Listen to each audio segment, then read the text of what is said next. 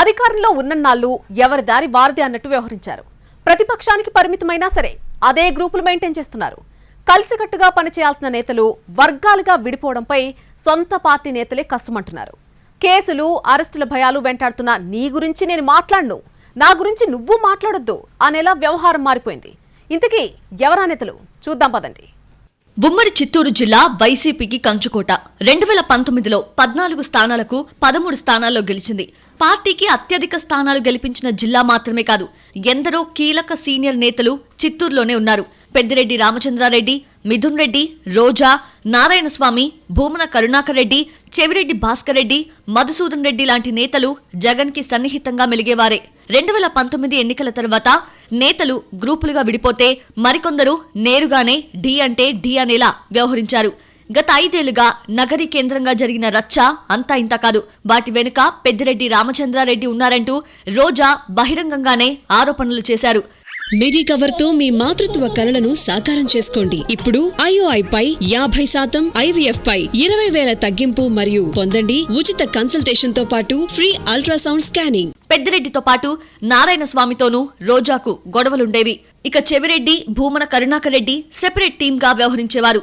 ఆ గ్రూప్ లో రోజా కూడా చేరినట్టుగా మధ్యలో ప్రచారం సాగింది. అటు చెవిరెడ్డి వర్సెస్ పెద్దిరెడ్డి మధ్య అంతర్గత వార్ నడిచింది.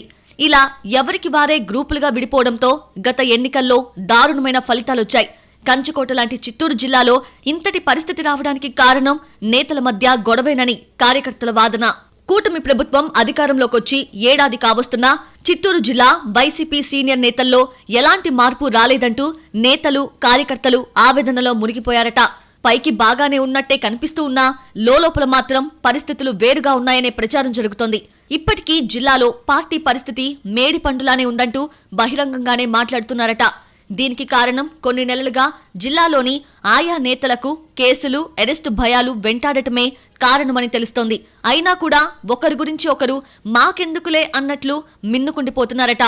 రోజాను ఆడుదామాంధ్ర వ్యవహారం, పెద్దిరెడ్డిని liquor scam, land, sand, Mangalampeta అటవీ భూముల ఆక్రమణ, మదనపల్లి సబ్ రిజిస్ట్రార్ కార్యాలయం అగ్ని ప్రమాద ఘటన వ్యవహారం వెంటాడుతున్నాయి. చెవిరెడ్డిని తుడా నిధుల దుర్వినియోగం, భూమనకు TDR బాండ్ల విచారణ, నారాయణస్వామికి లిక్కర్ కేస్ టెన్షన్ పట్టుకుందట. నీ కేసుల గురించి నాకెందుకు, నా కేసుల గురించి మీకెందుకు అన్నట్టుగానే ఉండడంపై జిల్లాలో వైసీపీ క్యాడర్ కి మింగుడు పడటం లేదు. కనీసం ఓరల్ సపోర్ట్ కూడా ఇవ్వటానికి నేతలు వెనుకంజ వేయడంపై పార్టీకి డ్యామేజ్ కలిగిస్తుంది అనేది నేతల ఆవేదన. ఇప్పుడే ఇలా ఉంటే ఒకవేళ అరెస్ట్ల పర్వమే మొదలైతే అప్పుడు కూడా ఆ పోతే పోనీలే మనకెందుకు అన్నట్లుంటారా అని క్యాడర్ అనుమానం వ్యక్తం చేస్తోందట. కేసులున్న నేతలు అరెస్ట్ అయితే తమకు ఎంత మేరకు లాభం చేకూరుతుందని కొందరు నేతలు లెక్కలు వేసుకుంటున్నారట.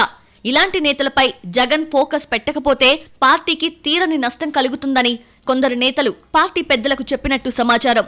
చిత్తూరు నేతల వ్యవహార శైలిని వైసీపీ అధినేత కూడా సీరియస్ గా తీసుకున్నట్లు తెలుస్తోంది.